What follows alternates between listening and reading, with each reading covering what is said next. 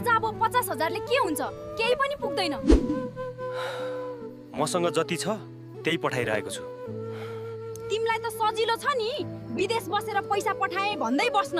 यहाँ कसरी गुजारा चल्छ त्यो थाहा छ?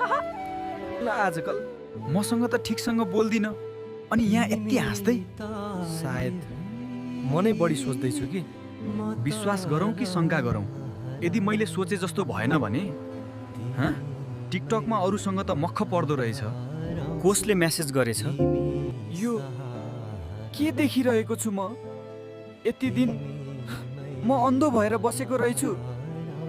मसँग बोल्न समय हुँदैन अनि अरूसँग मस्किँदै घुम्न जाने। सुन्नु न, मलाई अलिकति पैसा पठाइदिनु न, सपिङ जानु छ। पैसा अरूसँग घुम्न जाँदा चाहिँ पुग्छ, मसँग माग्न लाज लागेन?